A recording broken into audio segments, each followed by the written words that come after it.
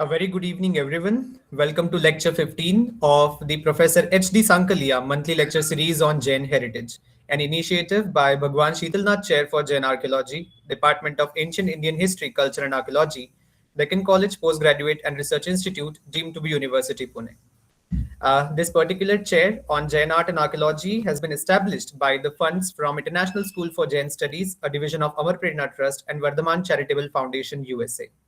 The work of this chair is focused upon disseminating information and awareness about Jain heritages in particular. And we have various activities like the National Research Seminar, National Workshop. We also have some internship programs going on, research projects, bibliography projects. And apart from that, we also have a certificate course in Jain art and archaeology. This particular series has been named after Professor S.D. Sankalia, the founder of the Department of Archaeology at the Deccan College. Professor H.D. Sankalia, along with Dr. Shobna Gokhale, has written about the Jain cave at Pale, and through the inscription, he proved the existence of Jainism in the region of Deccan as early as the 2nd century to 1st century CE.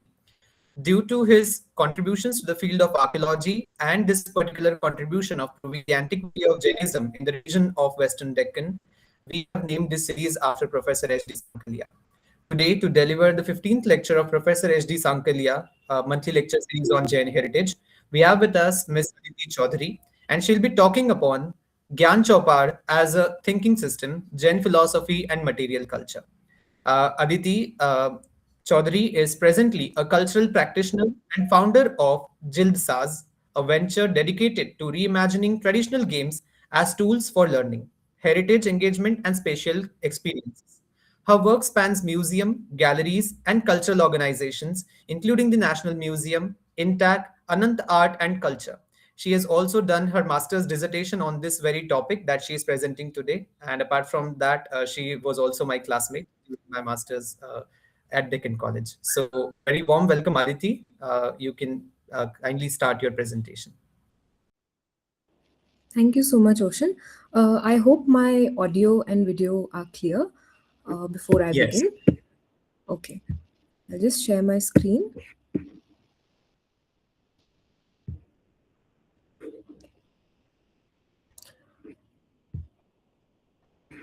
So, games have always been, templates and thinking systems rather than just being mere pastime. And particularly when we look at ancient board games, whether Indian or international board games, games that we have adopted from the West, or games that were developed in India and went West, they were not just mere pastimes. Some were strategy games, some were narrative based games, but all of these would lead to development of certain skills, whether they were soft skills, that we call them as soft skills today. And games, Indian games particularly, their ethos was more than quick reward. So nowadays, the games that we play, you would see leaderboards, you would see people competing with each other, and the idea is to finish first, or the idea is to who is the most rewarded. And instant gratification is something that is stressed upon today, whereas that was um, back then. So if we look at our ancient games, such as this is Chopper, and it's the same board with which Pachisi is also played, but the game rules vary. So this is one of the folios that depicts Shiv and Parvati playing Chopper. Again, there are a lot of narratives of Shiv and Parvati playing Chopper, and the result of it as well. And the idea is never to win. The idea is always to enjoy the play, which is disappearing in the modern gameplays that we have today. This is a very westernized version of our game of snakes and ladders, known variably as Mokshpattam or Gyan Chaupar, Bazi. And we look at some of the more intricate Indian origin boards later in this presentation. So this is a cardboard game of snakes and ladders that was developed in Germany, and this is about this is from the 20th century, and what we can see is it still has certain narratives to it. some cells are empty, some have certain things written in it. It's not completely devoid yet. But the one that we play today, which is like 100 celled board, 10, which is completely devoid of narratives and just has snakes or ladders, which means you are either moving up or moving down. That's it. Is a very plain, simplified, watered down version of intricate games that we used to have. It is also a reflection of industrialization and standardization, where there's no philosophy as such, and it's just like a very standardized 10 by 10 board that has come back to us from the West. This is another board called Kismat. Again, when the West adopted our games, they immediately did not remove all narratives from it. So here you see like alternate cells, or every few cells have certain things written in it. But at the same time, what we see is that you win at 100. So when you reach the last cell, you win. And that's a very linear narrative that was, again, West looks at things in a linear fashion. And all the Oriental cultures, whether it's Indian, South Asian, largely East Asian, all these cultures look at time going in cycles. So the notion of time in Indian tradition is cyclical, whereas the notion of time in Western philosophy and culture is linear, and therefore we see that the game ends at 100. Um, One example that we also find cyclical nature of time, not just in game boards but in other art forms in India, is this is one painting where Radha and Krishna are playing, but you can also see Radha and Krishna celebrating Diwali on the top of a roof here. And it's not that there are two Radhas and Krishnas. There's just the same couple who's doing different things at different points of time, right? So narrative in our Indian paintings also is not linear. If you see the same protagonist multiple times in the Indian miniature painting, that means they're trying to showcase a cyclical narrative. Uh, Also, games, Indian games that we see today, they can be divided into different categories. So the first one that we have is a predator and prey category of games, where it's an asymmetrical type of game, and it's a strategy game. It's found this is very devoid of narrative because it's pure strategy game, and it's found across temple floors in India. It's also called by different names. It's called Bag Bakri, Bag Bakar, Adu Kuliyattam, Bag Chal, also depending on the board simulations. So one category of Indian board games is predator and prey games, where you have say 16 or 20 goats or any weaker animal, and then you have a predator animal. So it can be tiger, it can be lion, or in certain cases it also can be eagle.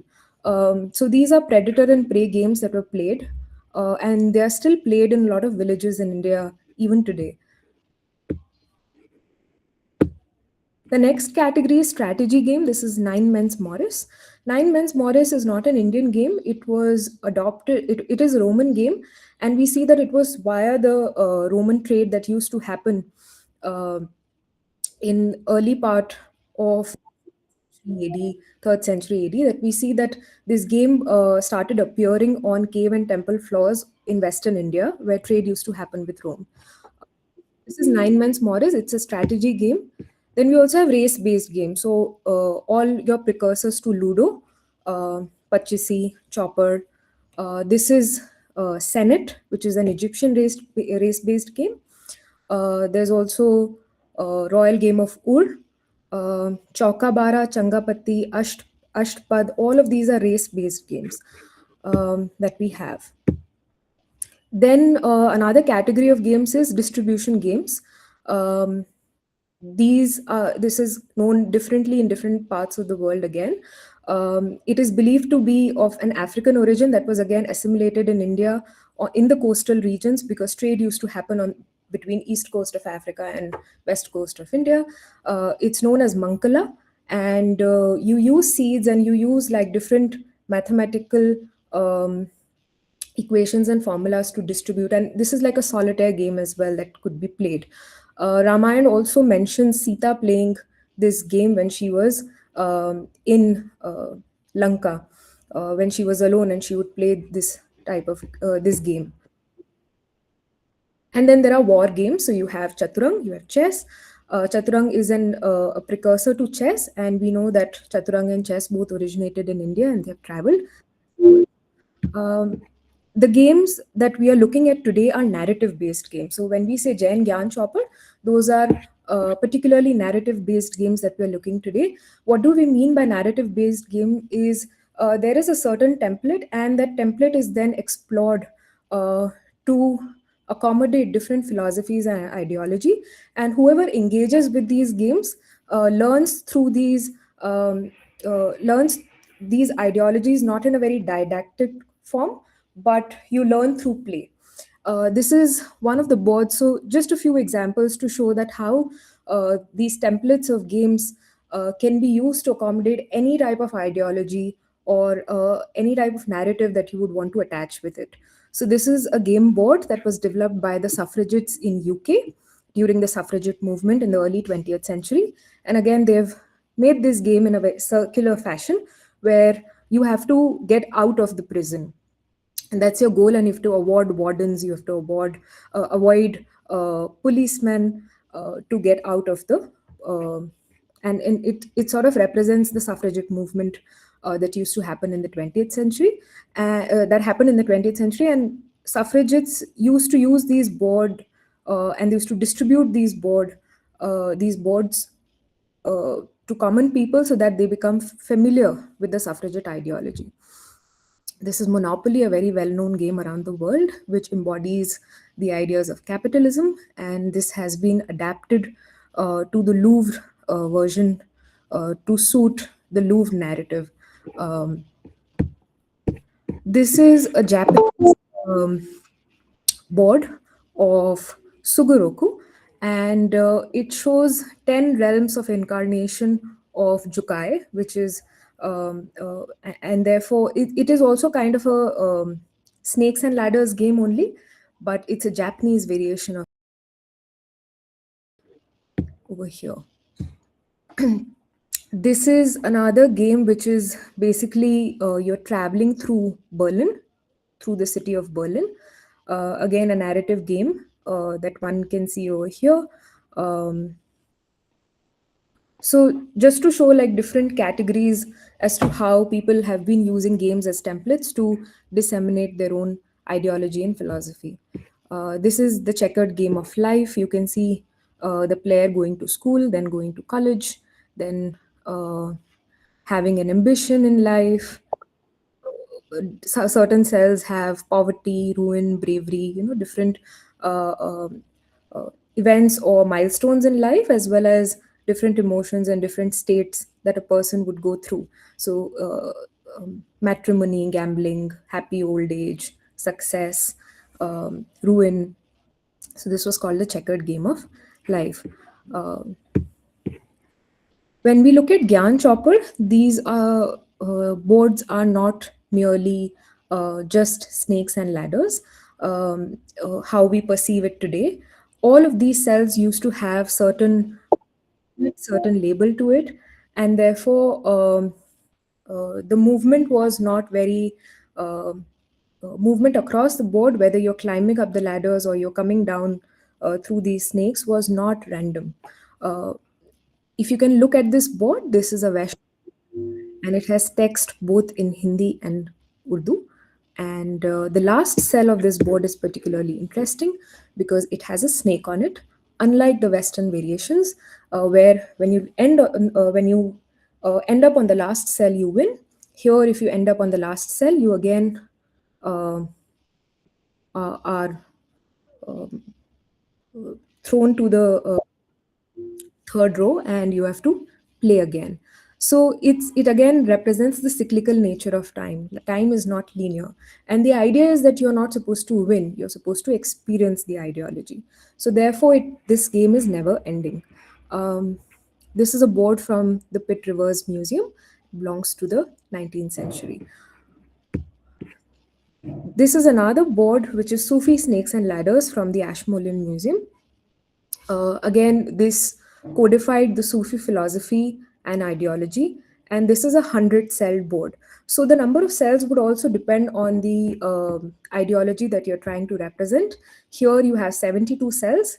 It's an 8 by 9 board. These two numbers were considered sacred in Hindu philosophy, Indian philosophy, and therefore um, this board is 72 cell board. This is a 100 cell board that we look over here, which suits the narrative in philosophy, the Sufi philosophy.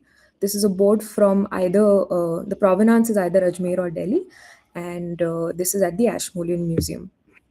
This is another board which is from the Punjab Hills, a Pahadi version, and we see that the number of cells are far more than the cells that we saw in the previous boards.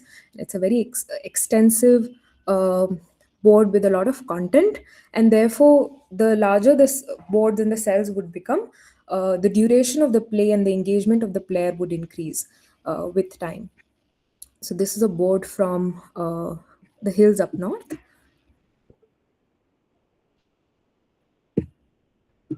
This is another board from Maharashtra, although, and it does have a visual representation. This is a Vaishnav board. Apart from each of the cell having certain content written down in the cell, they also have depicted visuals as well. And it's a very beautifully drawn board that we see. We can see from the borders as well, the floral pattern that is there on the board. Coming to Jain Gyan Chaupars that we have. So we will look at um, two different categories of Gyan Chaupars, Jain Gyan Chaupars particularly. Um, One will be Viman type of boards, and the other one would be Lok Purush type of boards, which is the cosmic man. Uh, and One type of boards, we will also look at the kind of architectural elements that exist in the boards, depict the architectural elements of the regions that they were developed in. Um, the Jain Gyan Chaupar focuses on the journey of the soul.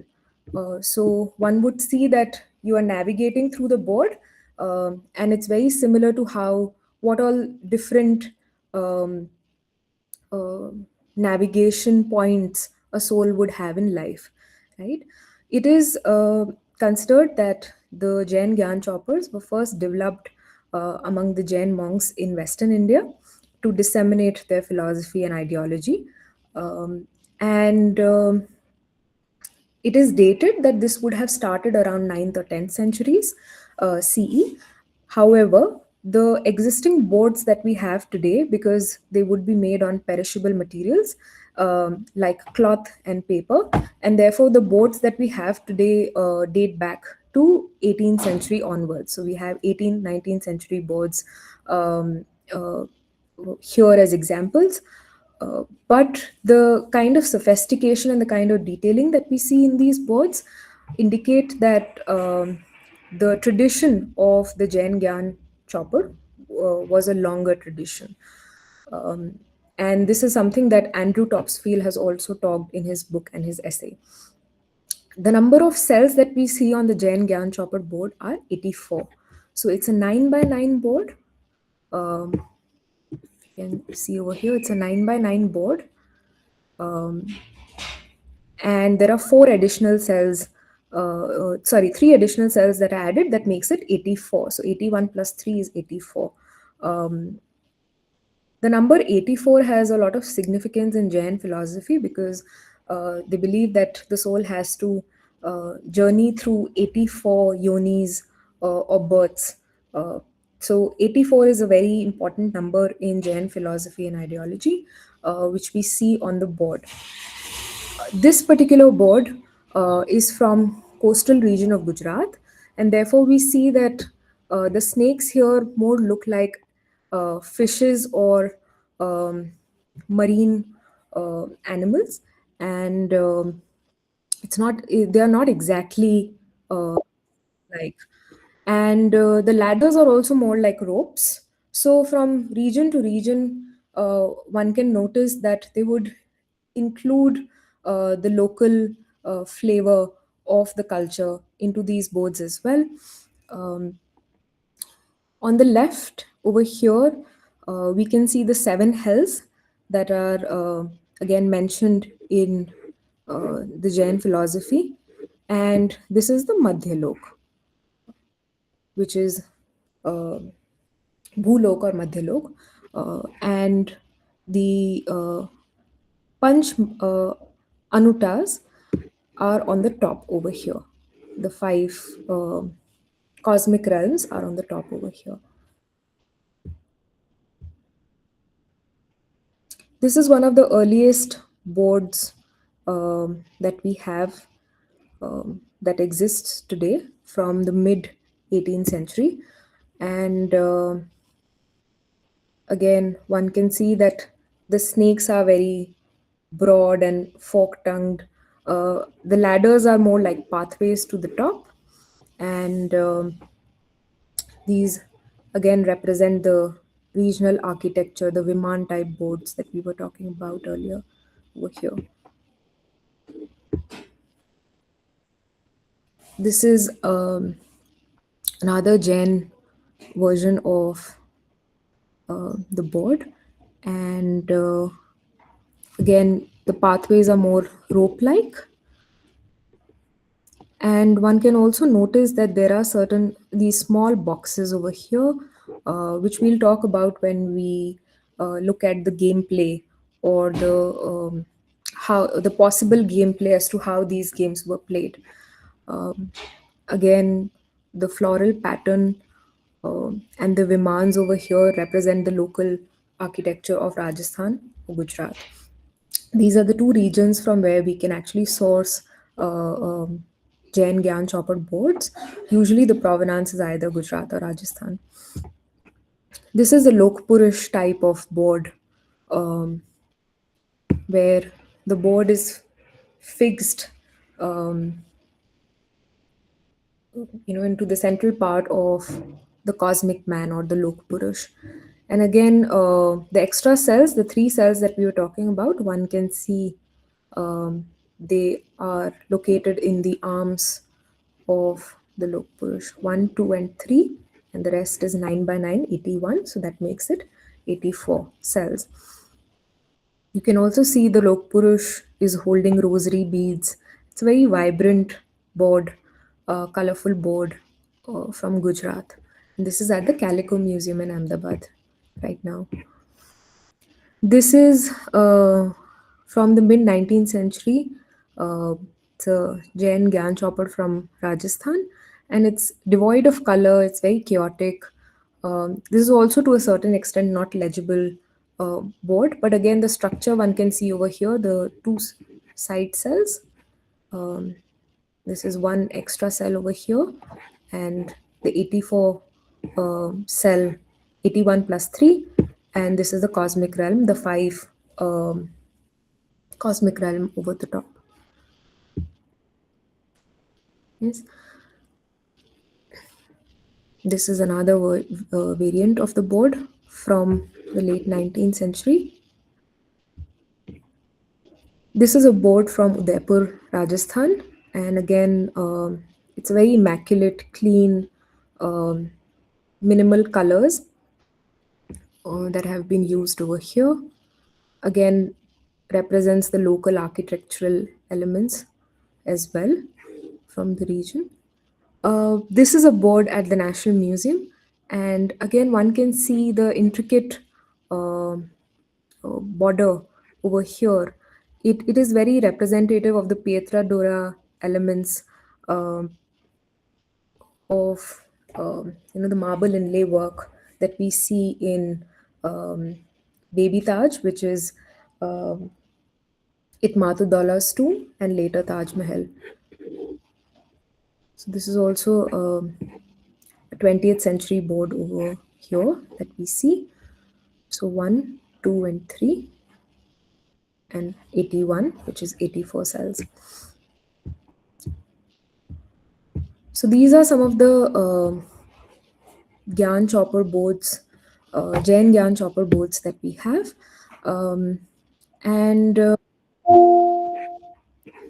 When we look at the possible play for playing the game, again, there are a lot of variations, and there's no consistent narrative or rules that exist as to how these games were supposed to be played.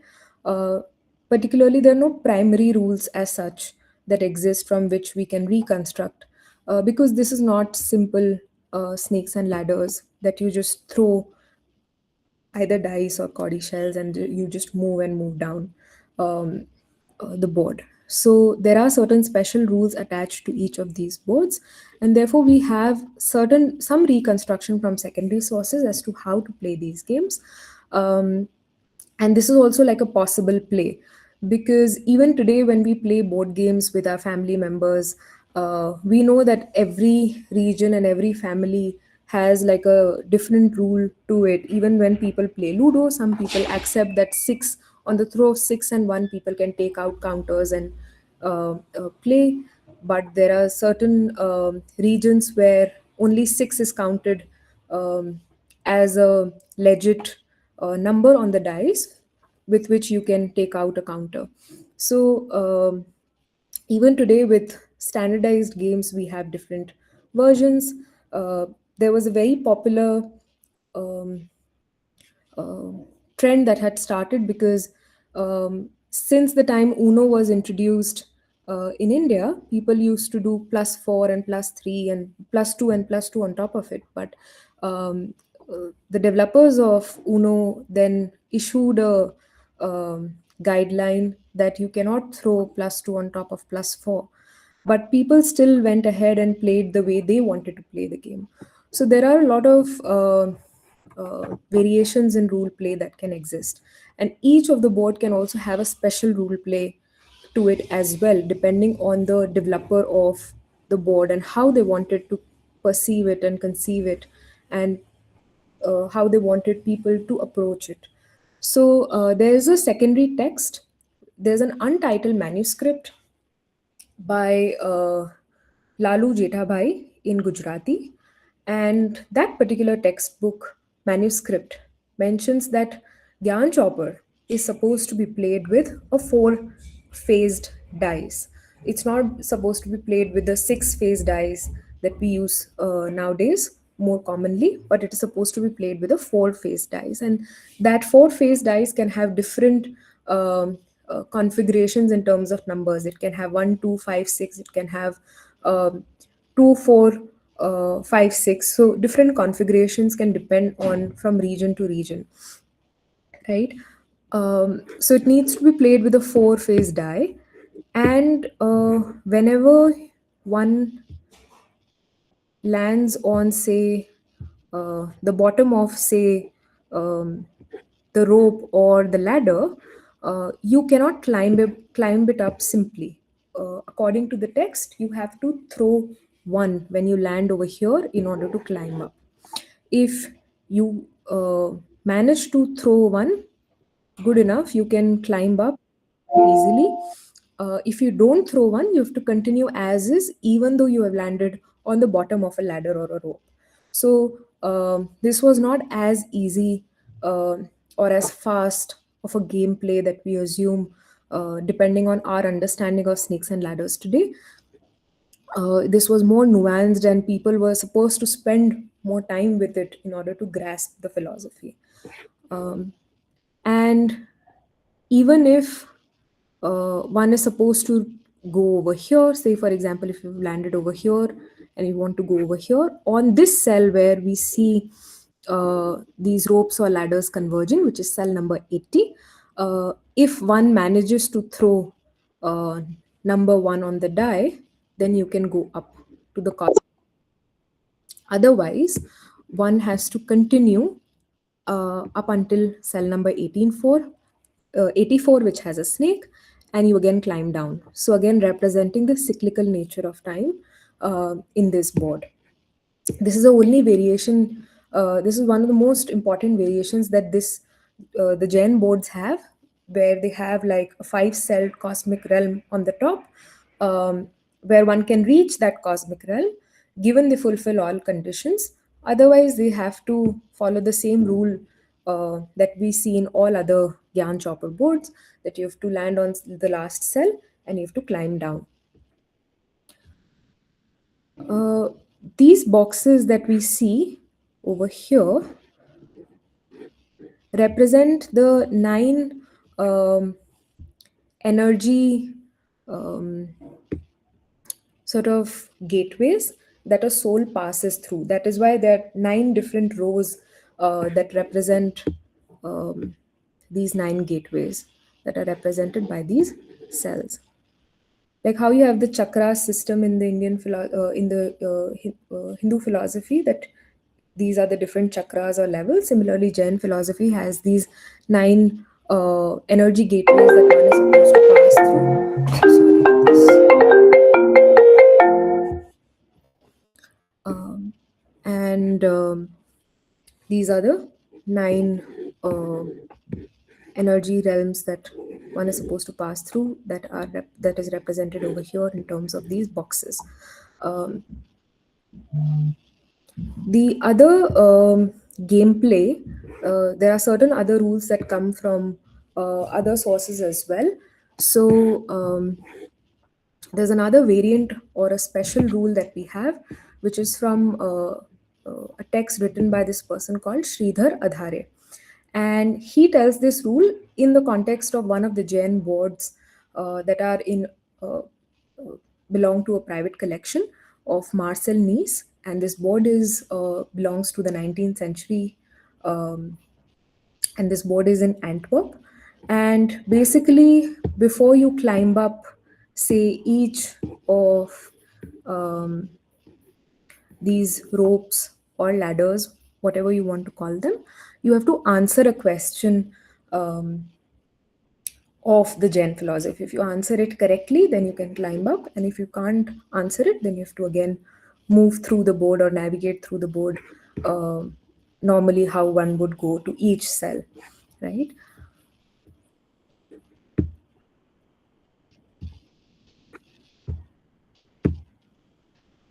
In some of the boards, they've also used scorpions as well instead of snakes. So it depends on what kind of region you are located in, and the board would then embody or carry those elements um, in it, right? Um, and again, in terms of the content that we see over here, most of these, there are certain variations, of course, in terms of the content as well of each of these boards. But most of the tales of these snakes would end in Maya, Kam, Krodh, Lobh, Man, different vices would end in the snake tail. And say, for example, you take a look over here. This is a snake that is on uh, the cell says Jeev Hatya. Basically, you've killed or taken another life, and you have to come back and you have to come down, right, to cell number 12.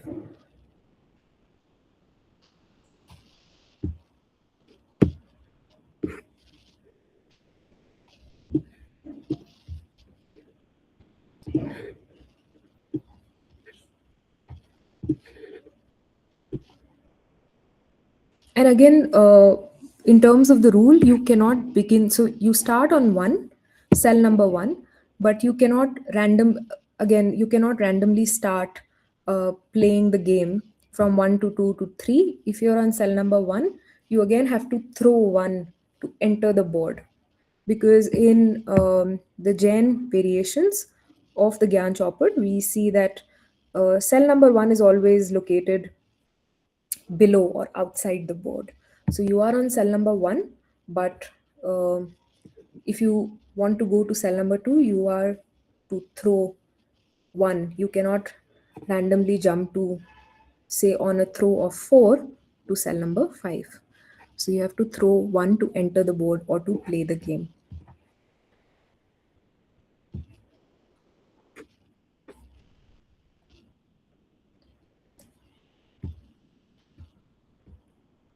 Ocean, I'm almost done with it because if I go on discussing the content of each of the cell, then this would go beyond the scope of this lecture. If anyone has any questions, I'm Yes. open to taking. Okay. Thank you very much, Aditi, for this interesting session on Jain Gyan Chaupar. The session is now open for discussion. We request the participants to type their questions in the chat box. Gopal sir has raised his hand, and we have a question in the chat box. I request Dhananjay Khandari to take control of the question and answer session.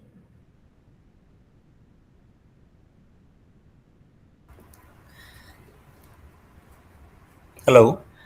So we got our first question from Saurabh Jain. The question is: are these Gyan Chaupar painting on cloth or paper without any back frame that makes them easy to carry, or is there a supporting wooden or cardboard frame at the back? So all the boards that we have are on cloth. Most of them are on cloth. Uh, there's just one board which is on paper, and these would be made on perishable materials, but most of them are on cloth. These are all on cloth. This is also on cloth. This one is on paper, as you can see. So you could roll them, you could carry them very easily. Okay.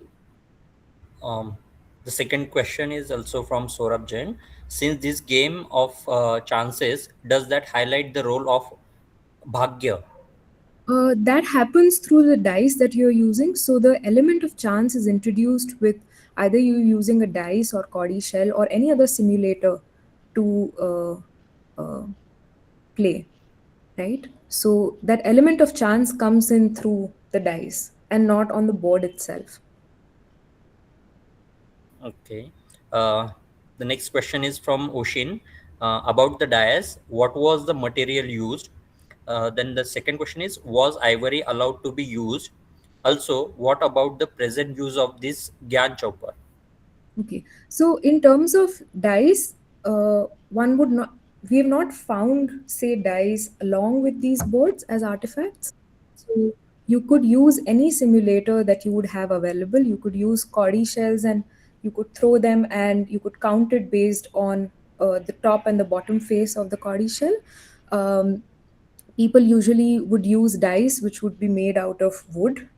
Wood was one material, again, from which the dice was made. Ivory was something that was, it was a precious commodity at that time. So it would have been used by, say, royalty or the nobility. And most of the boards that we have, uh, because some of these also have the names of the people who have painted it.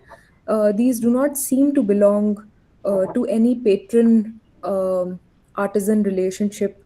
It doesn't seem to belong to any of that culture, right? So this means that these were made by individual artisans, and particularly they were used by the Jain monks to um disseminate the philosophy. So I don't think so ivory would have then been used because material ivory was something that um would come from, say, an animal.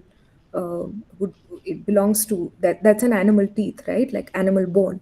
So and present use of these yarn chopper during Paryushan, even nowadays people have calendar arts and people do play these games, but again, it's not that prolific. It's limited to sometimes there are schools of Jain philosophy that might have these boards to engage with children, young children. But apart from that, we do not see people engaging with such detailed boards nowadays. Okay. Uh, I request Gopal sir to please ask your question. I'm just giving a heads up. I was a student of Gopal sir, so I don't think if he has like a very complex question for me, this is something that.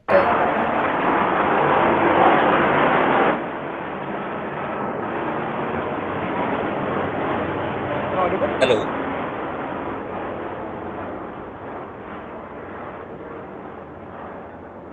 Hello, Dhananjay. Hello, Am sir. I audible? Am I audible? Yes, sir. Yeah. Aditi, very good presentation. I have a couple of queries. One Yes. query is that does this Gyan Chaupar is having any sectarian constraints over its So can you number repeat of it? sales and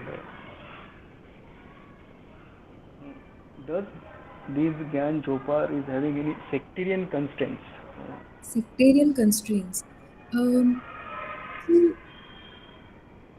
so how we approach for us, like the content, how it's available is it's very democratic in terms of I can go and look at these Gyan Chopper boards and access them, even though I do not belong to that particular sect or tradition. But at that time, they would encourage people of the Jain philosophy or who belong to that religious sect to play this game, because all the other sects had their own versions of it. So there was an Advait version of the Gyan Chaupar. There was a Vaishnav Gyan Chaupar that existed. There was a Sufi Gyan Chaupar that existed. So all of different philosophies and people belong to different sects would then develop their own. However, the Jain versions seem to be belonging. They were the oldest in terms of the boards that we find. Some of the earliest boards are Jain Gyan Chapel boards, and also they are very well sophisticated and well articulated in terms of the content. So it seems that it belonged to like a longer tradition, but yes, they would. There would be sectarial constraints to these boards as well, for sure. Thank you. Another query is that in some of your pictures, there was some depiction. Somebody was shown writing on antelope. Somebody was shown writing on horse. Appears like a mythical animal. This one. What are those figures? So this is Surya and this is Chandra, the sun and the moon. Okay, so Chandra is shown on deer. Chandra is shown. So Surya is on the horse, and Horse, Chandra yeah. is shown on the deer. Okay, so all these figures are having symbolic meaning. Right, right. So the cosmic realm, the realm above. Uh, so these are the five cells of the cosmic realm on the top. Is anybody have discussed all these Gyan Chaupar with Jain textual tradition that you see in the philosophical context? Right. So each of these boards also have, say, the content varies because they belong to different provenances, and their time periods are also different. So the larger philosophy remains the same, but the cell content slightly varies. So where Okay. you have the snake and where you land, where you have the ladders, and what is the virtue with which you're climbing up, and what is the vice with which you're climbing down the board, depends on the content of the cell, and that varies across different boards. Are there any symbolic meaning of the usage of the colors in this type of Gyan Chaupar?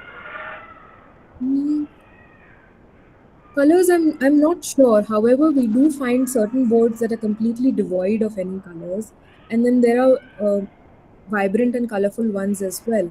I think that also depends on the region that they were getting developed. So the ones from Gujarat are slightly different from the ones in Rajasthan, uh, uh, but it might have been depended on who's using them as well, because if it would have been used by, say, the monks, they would have preferred the ones that are devoid of color and slightly simpler and plain. So it also depends on who were these being made for. Okay, and then another one, a cosmic man that is shown. Is it as per the Jain ideas of cosmology?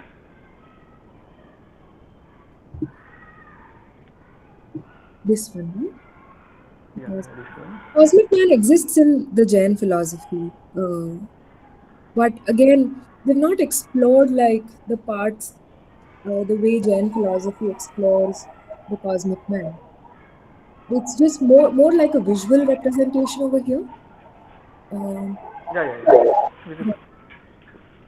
Which is it's not how Jain philosophy explores the cosmic mind with different realms.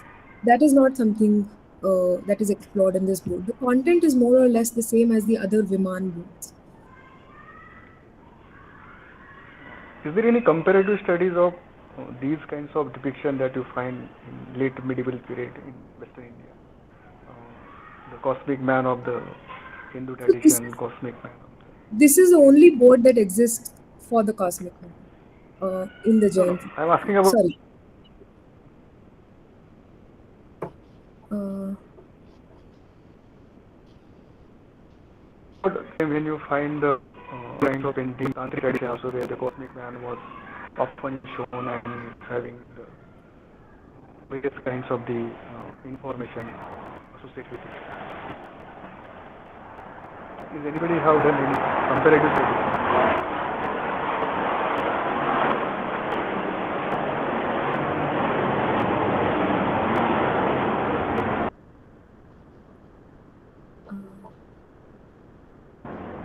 if I got your question correct, you're asking that if there's any comparative analysis that somebody has done for the cosmic man in Jain philosophy and the cosmic man in other Hindu traditions and Indian philosophy. Okay.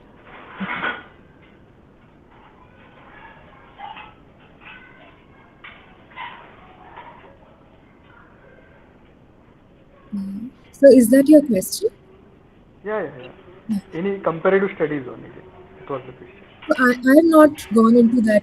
um I've not gone so deep where I've compared, say, the cosmic man to the cosmic man depicted in other traditions, because this is sort of an anomaly in the Jain Gyan Chaupar where this is just one of the boards that has, but usually the boards do not. So I have approached it just from the point of view of uh, Gyan Chaupar.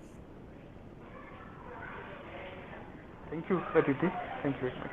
Thank you, sir.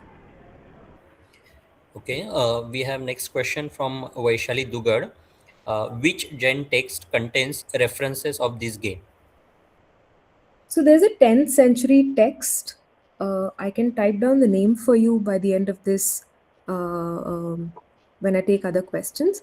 But there's a 10th century text that exists that talks about not directly of Jain Gyan Chaupar, but it talks about the game of chance and play. Now, that could refer to anything. But usually, scholars have agreed that they're talking of the Jain Gyan Chaupar.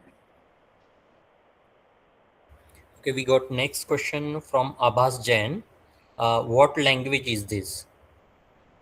Which is on the board. What language is this? This is your this is your normal Hindi or the Khadi Boli that would have been spoken in the 18th, 19th century Western India.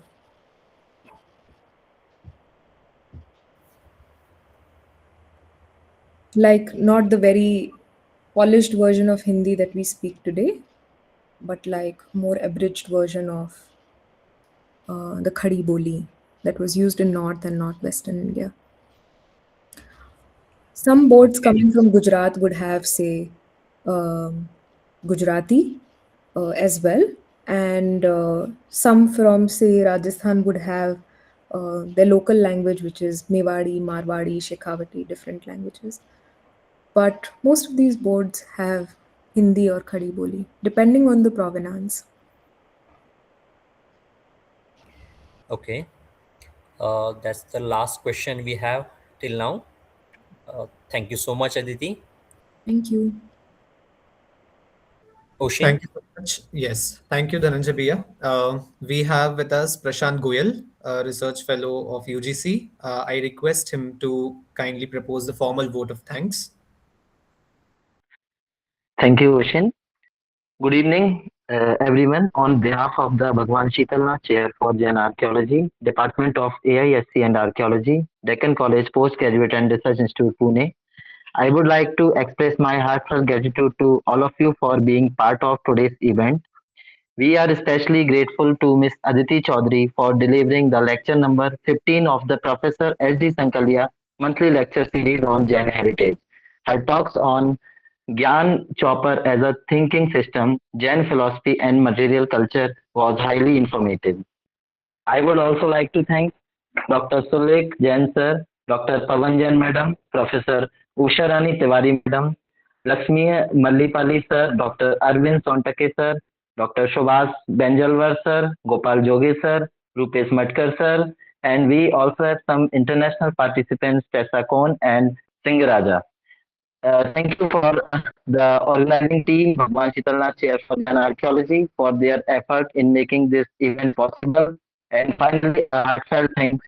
Thank you to everyone who joined us this evening. Your interest and presence made this session truly meaningful. We look forward to seeing you at our upcoming lecture. Have a great evening. Thank you.